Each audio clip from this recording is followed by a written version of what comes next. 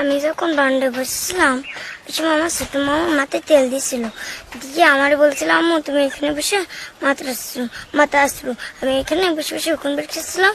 উকুন বের করার সময় আমার ছোট মাই বসে ছিল। এবার আসে আমার ডাকছিল, এসে আমার বুকে টুকে কামচেছিল, আমার শরীরে যখন কামচেছিল তখন আমার ছোট মা এসে বলছিল ও না না তুমি এগুলো কি করছো, তোমার কাজ বেশ কোন ধরনের কাজ বেশ ঠিক আছে। রাস্তায় বকতে বকতে সেই কোনতে এসে কোথায় খালি আমি বুকে হাত দিয়েছি, দেওয়ার পরে কি বাড়ি গেছি। এবার আবার ওদের বউ কইছে ওর বউকে আমি মানিয়ে নিতে পারবো না, বিশ্বাস করতে পারবো না।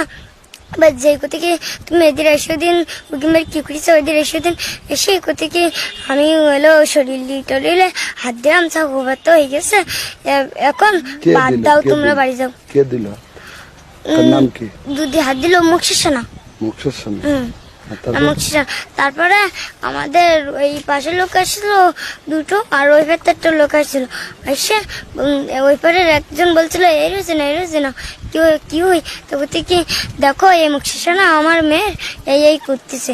কুবার পরে ওকে বাড়ি গেছিলাম, কেউ কি সবার সাথে কইলাম তো ওরা বিশ্বাস করেনি। যখন শিকার